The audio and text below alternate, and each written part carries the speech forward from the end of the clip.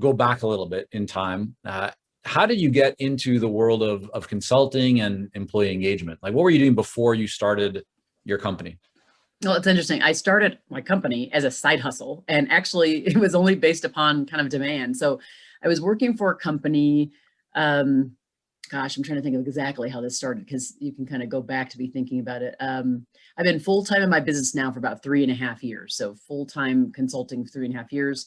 And then it was a side hustle for a couple of years before that, while I was working in another organization, running organizational development for them and writing my first book. And my head was spinning. It was a lot going on. I felt I was actually traveling, working my full-time job, taking a lot of days off there because they gave me a lot of days.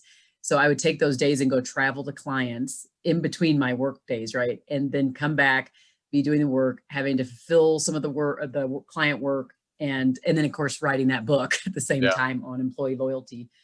And I have 4 kids, and I got to the point where I felt like my head was going to explode. I felt like I needed to go literally into like a facility to help me work through some things. Let's just put it that way. Yeah. And I just said, I can't keep doing this. I was at the point where I was making is the same amount of money in that job as I was in my consulting business, working that kind of on the side as a side hustle. And I thought, I just can't do this anymore. I can't. I can't. Right. So I just decided to, and part of it was, I was already writing. I was writing on LinkedIn. So I started writing on LinkedIn, I don't know, 8 years ago or something like that. I don't even know exactly, but I was doing it it was therapeutic. It was after a big layoff at an organization I was working for, which actually put me on the whole trajectory I'm on right now. But I started to write, and people were like, oh, I love this. And then at some point I got to, I don't know how many articles I'd written, but then people were reaching out to me, can you help my team on customer and employee experience? I used to focus on both of those. So I got to like the second client. I still hadn't had a business yet. I got to like the second client that had come to me for my writing on LinkedIn, and finally said, I probably need to incorporate. That's the lawyer in me. I'm like, I probably should legitimize this thing a little bit. So I decided to create, at that point it was Customer Fanatics. Now I've changed the name to Employee Fanatics. Right. So at that time, I mean, you're in a situation that I think many people find themselves in, or at least are considering or preparing for in the future, which is you're still employed. You are now dabbling and actually starting to work with clients kind of as a side hustle consulting business. How did you manage that? I mean, was it as simple as just like taking time off? Because a lot of people, like, their employment may not allow them to do that. Or like, what I'm looking for is, what advice would you have for somebody who knows they want to maybe venture out, start their own thing, but they're currently working a full-time job? Is there anything that you did that you think worked really well in terms of like talking to your boss or in your contract, or how do you position to be able to do those two things at one time?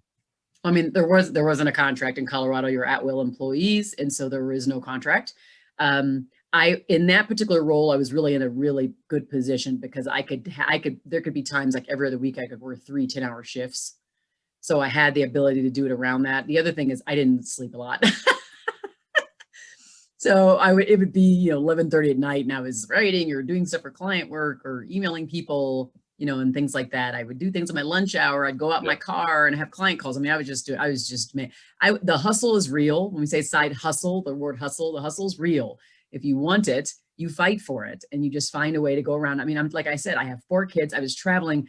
The business, the company I worked for, the organization, was about 45 minutes from my house.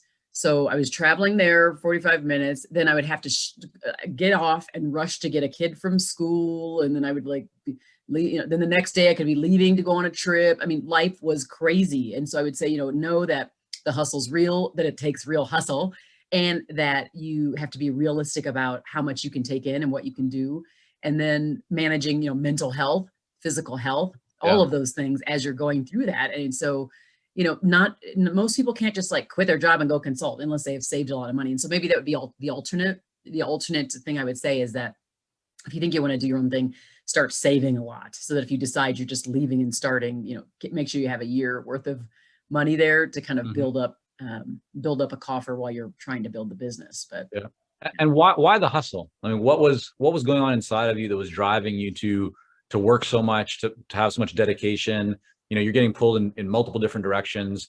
you're probably kind of relinquishing or giving up some time that you could be spending with your kids at that point, but you're grinding. What's going on inside of your mind that's really, telling you to keep doing that? I mean, I'm grinding because I got to get it from underneath the people who were kind of holding me back, and also I think holding me back from the impact I could have with the work Mhm. that I do. So because I knew that, I was hyper focused and aware that I needed to get from underneath that and really unleash my own self and all the greatness that was there, right? To be able to have the impact that I needed to have, then that's where the drive was at. I Yeah. think the drive, like where the drive is, this whole thing for me as a kid, feeling like I wasn't worthy, like I wasn't good enough. It's always been a big driver for me that I'm constantly out. I'm proving it to, I don't know who, because there's really nobody to prove it to. Prove it to myself. I don't Right. know.